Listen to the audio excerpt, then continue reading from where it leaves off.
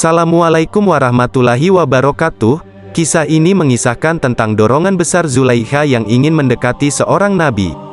Dalam cerita ini, juga diceritakan mengenai peristiwa pertama kali Nabi Yusuf bersama Zulaikha, di mana perbedaan usia keduanya sangat mencolok. Nabi Yusuf berusia 31 tahun saat itu, sedangkan Zulaikha sudah mencapai usia 53 tahun.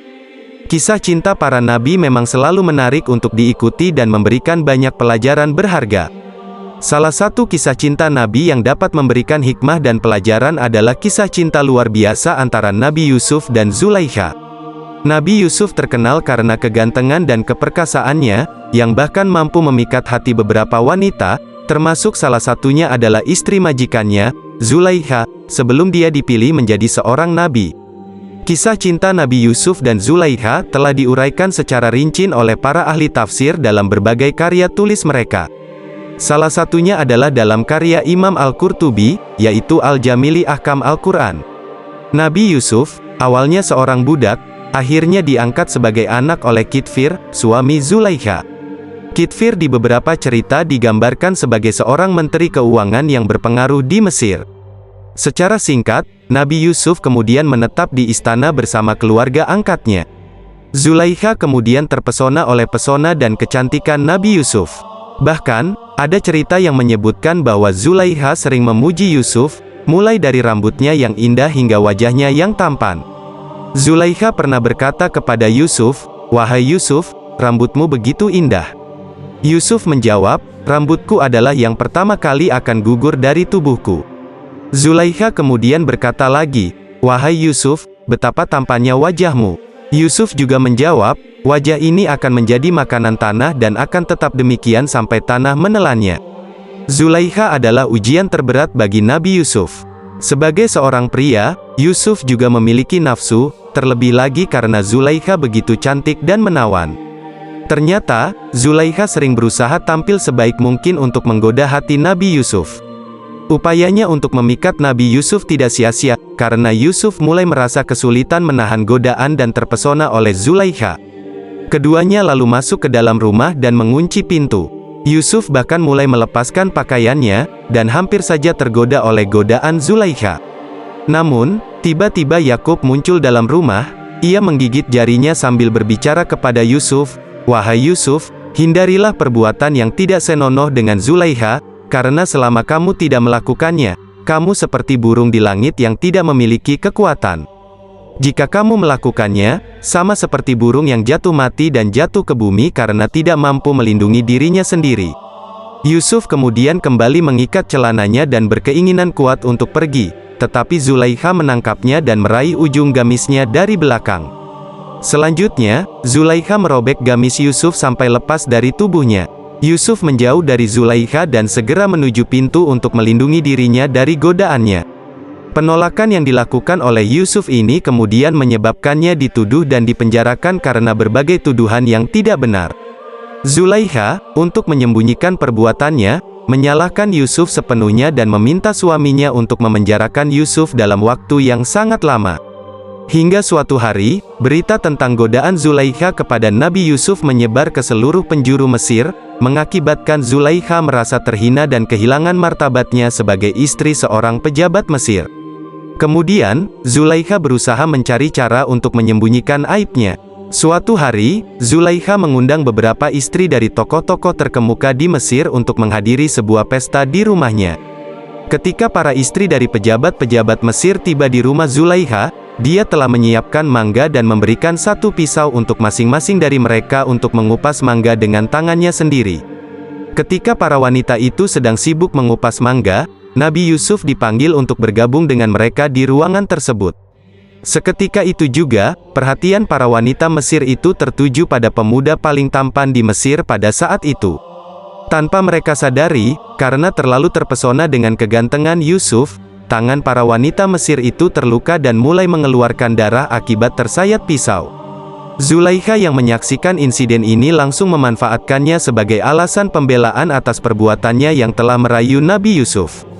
Zulaikha kemudian berbicara kepada wanita-wanita tersebut, "Kalian baru saja tiba di sini dan sudah merasakan bagaimana Yusuf bisa memikat kalian semua. bahkan sampai tangan kalian tersayat oleh pisau tanpa merasa sakit. Bagaimana mungkin aku, yang sudah hidup bersama Yusuf selama bertahun-tahun, bisa menahan diri?" Setelah beberapa waktu, Yusuf pun dipenjarakan. Demikian kata Zulaikha, saat dia membela perbuatannya kepada wanita-wanita tersebut. Setelah itu, suami Zulaikha meninggal dunia, dan Zulaikha seketika menjadi orang yang miskin dan penglihatannya menghilang karena tangisan yang sangat panjang terhadap Yusuf. Nasib malang juga membuat Zulaikha menjadi seorang pengemis. Setelah bertahun-tahun lamanya di dalam penjara, akhirnya tiba saatnya Nabi Yusuf dibebaskan. Dalam sebuah riwayat, disampaikan bahwa, sampai akhirnya dia dipenjarakan tanpa bukti kesalahan yang sesungguhnya dituduhkan oleh Zulaikha. Ini terjadi karena Zulaikha adalah istri seorang pejabat negara pada saat itu, dan tindakannya untuk menutupi skandal di dalam keluarga kerajaan. Oleh karena itu, Nabi Yusuf terpaksa dimasukkan ke dalam penjara. Nabi Yusuf, yang terkenal karena sifatnya yang sangat santun, jujur, dan cerdas.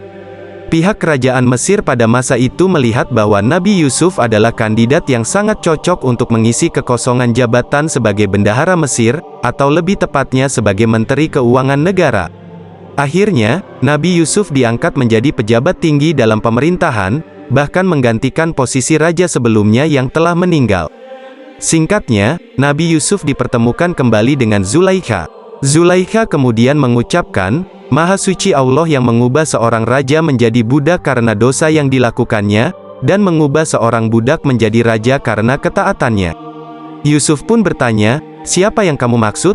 Kemudian, orang-orang membawa Zulaikha ke depan Yusuf, dan Zulaikha berkata, "Aku pernah mengurusimu dengan sepenuh hati, menyisir rambutmu dengan tanganku sendiri, dan membesarkanmu di rumahku. Aku telah memberikan kehormatan padamu," kata Zulaikha. "Namun, kebodohanku telah merubah semuanya, aku hancur. Hartaku habis, kemuliaanku hancur, kehinaan merajai hidupku, dan penglihatanku hilang. Setelah aku jatuh dari kedudukanku, kini aku menjadi orang yang butuh belas kasihan." Zulaikha melanjutkan, "Aku harus memohon belas kasihan kepada orang-orang. Ada yang merasa kasihan melihat keadaanku, namun ada juga yang tidak peduli. Inilah akibat bagi orang-orang yang melakukan perbuatan jahat." Mendengar kata-kata itu, Yusuf terharu dan meneteskan air mata. Lalu, Yusuf bertanya kepada Zulaikha, "Apakah masih tersisa sedikit rasa cinta padaku dalam hatimu?" Zulaikha menjawab, "Demi Allah, sekali saja melihat wajahmu lebih berharga bagiku daripada dunia beserta semua nikmatnya. Tolong, berikan aku cambukmu." Yusuf kemudian memberikan cambuknya kepada Zulaikha, dan Zulaikha meraihnya, menempatkannya di dadanya sebagai tanda penyesalannya. Yusuf merasa getaran emosi dalam ujung cambuk yang dipegangnya oleh Zulaikha. Kemudian, dengan hati yang berat, Yusuf menangis dan meninggalkan rumah Zulaikha. Setelah itu, Yusuf mengirim utusan untuk bertemu dengan Zulaikha dan mengusulkan, "Jika kamu menginginkannya, kami akan menikahkanmu dan memberikan kemakmuran padamu." Namun, Zulaikha segera menjawab kepada utusan tersebut, "Aku berlindung kepada Allah dari ejekan dan cemoohan raja terhadapku." Zulaikha berkata, "Aku sudah tua, harta telah habis, dan kemuliaanku telah lenyap. Apakah dia benar-benar berkeinginan terhadapku padahal aku telah lanjut usia?" Pada minggu berikutnya, saat Yusuf keluar dengan pengawalannya, Zulaikha datang lagi untuk meminta bantuan. Yusuf kemudian bertanya, "Bukankah utusan-utusan saya telah menjelaskannya kepadamu sebelumnya?" Zulaikha menjawab, "Aku telah memberitahukanmu bahwa melihat wajahmu sekali saja lebih berharga bagiku daripada dunia beserta segala nikmatnya." Setelah itu, para utusan Yusuf membawa Zulaikha, memberinya mandi, dan kemudian membawanya kepada Yusuf. Pada saat itu, Yusuf berdiri untuk melaksanakan sholat dan duduk untuk berdoa kepada Allah. Zulaikha duduk di belakang Yusuf sambil berdoa, memohon agar Allah mengabulkan permintaannya untuk dikembalikan ke keadaan seperti saat ia masih muda dulu, dengan kecantikan dan penglihatannya yang telah pulih. Dan seperti itulah Allah mengabulkan doa hamba yang sungguh-sungguh berdoa dengan tulus, sehingga Zulaikha kembali muda, lebih cantik dari sebelumnya, dan penglihatannya pulih sepenuhnya. Allah telah memberikan kehormatan kepada Nabi Yusuf karena kesetiaannya menjauhi yang haram. Akhirnya, Yusuf dan Zulaikha menikah. Dan akhirnya, Nabi Yusuf baru menyadari bahwa Zulaikha masih perawan. Suatu saat, Yusuf bertanya mengenai hal ini, dan Zulaikha menjawab, "Wahai Nabiullah, suamiku memiliki masalah impotensi dan kekuatan syahwatnya lemah, sehingga dia tidak dapat berhubungan dengan wanita."